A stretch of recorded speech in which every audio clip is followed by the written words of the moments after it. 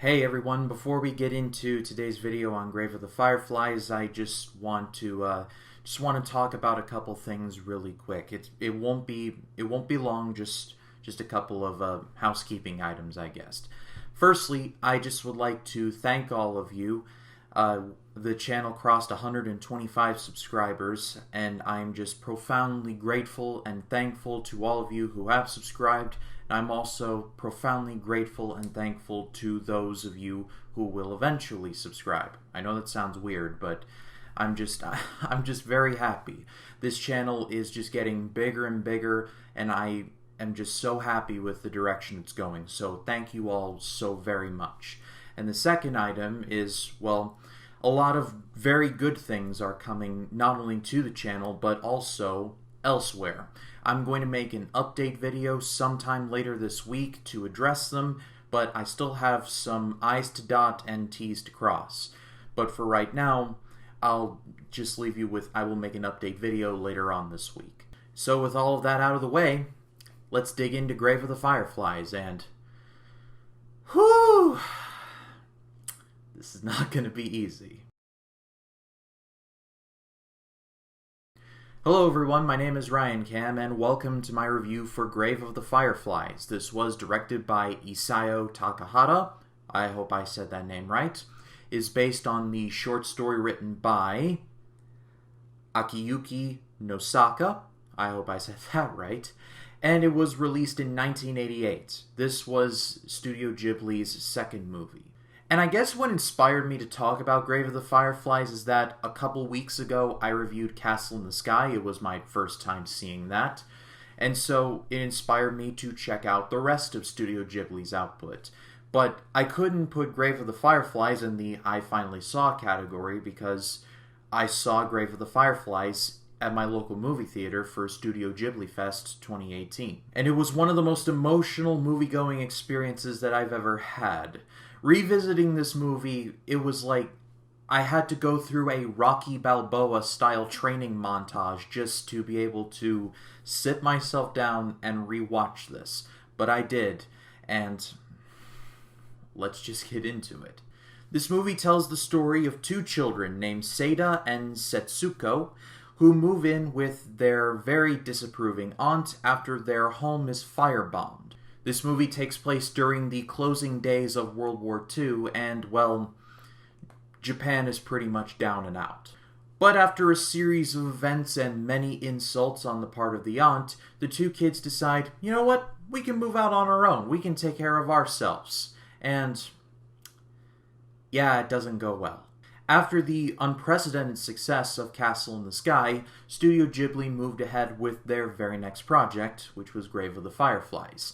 And in my research, I found that this movie was actually supposed to be live action. I didn't see whether or not Ghibli would have been behind it, but talk about a completely different movie, this movie being animated. Imagine a live action Grave of the Fireflies. Like, that'd be just, I don't know if that'd be more brutal or less brutal than what we got. It was actually Nosaka who shot down the live action idea. He was a fan of his short story being made into a movie, but in an interview he essentially said, there's no way live action could capture anything in my story. Yeah, I think he was onto something. And even close to 35 years after its release, Grave of the Fireflies is seen as not only one of the best animated movies to come out of Japan, but also one of the best war movies ever made. Consider the company that keeps. And several critics in the West have said that this is a very, very long allegory for how war is bad.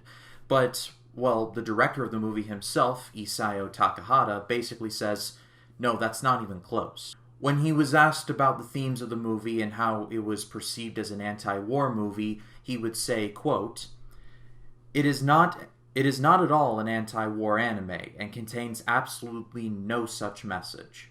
His rationale was essentially, hey, this is essentially what happens when society neglects the young. It also just so happens to take place in World War II. But even after all that time, this movie, wow, this movie is very difficult to watch. It's I think it's one of the finest animated movies ever made. But I can't really describe it. Because I don't think it's every day that you want to watch a movie about two kids moving out on their own and slowly dying due to malnutrition. But this movie handles that in about as good a fashion as possible. The animation in this movie is stunning. I know that's an ultimate no-duh statement, but it really is just outstanding. And while Castle in the Sky was, at its center, a very lighthearted movie, this is the complete reverse of that. There are some shots in the movie where I just forgot it was animation. You know, when people say, oh, animation's just for kids stuff, just show them this movie, and that theory is going to change like that. Probably the most haunting shot, at least for me, is when Setsuko learns that his mother has died, and so he and Seda go to see her body, and her body is just barely there. She's wrapped up in just tape, and she's all bloody. She kind of looks like the mummy Karis from The Mummy's Hand.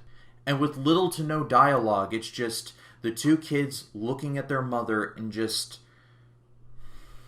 It's a difficult scene to watch, and I've seen horror movies, and I've walked out of them like, oh, that's fine. I watched this, and I'm like, oh.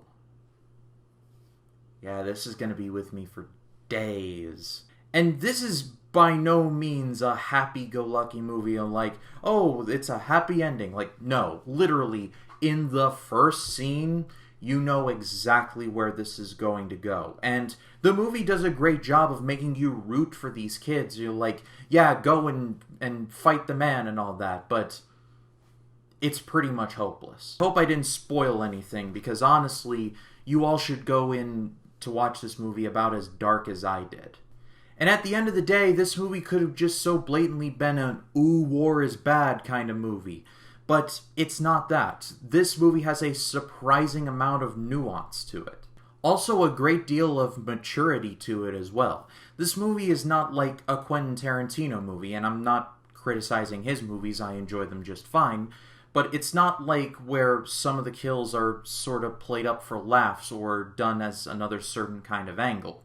When something bad happens in this movie, it is treated in as appropriate a manner as possible. It isn't presented as melodramatic or cheesy. It's just, this is how life is sometimes. And the movie's all the better for it. If you have not seen Grave of the Fireflies, do yourself a favor and watch it. Unfortunately, it is not available on HBO Max or Disney+. I don't know if it's a rights thing, but I watched it from the copy that I borrowed from the library. But if you have not seen Grave of the Fireflies, you don't need to see it today. You need to have seen it 3 weeks ago. Now I'm going to go sit on my couch and think about my life.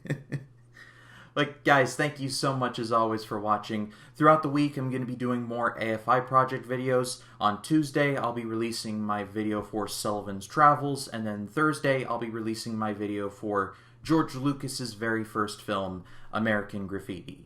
And then this coming Sunday, the 7th, will be my latest chapter in my I Finally Saw series, where I take a look at Studio Ghibli's third movie, and probably their most well-known, My Neighbor Totoro. But if you like this video, please be sure to leave a like, comment your thoughts down below, and if you like this video and you want to see more like it, hit the subscribe button and click the bell to allow notifications. That way, when a new video drops, you'll be the first to know about it. My name is Ryan Cam. I'll see you in the next one.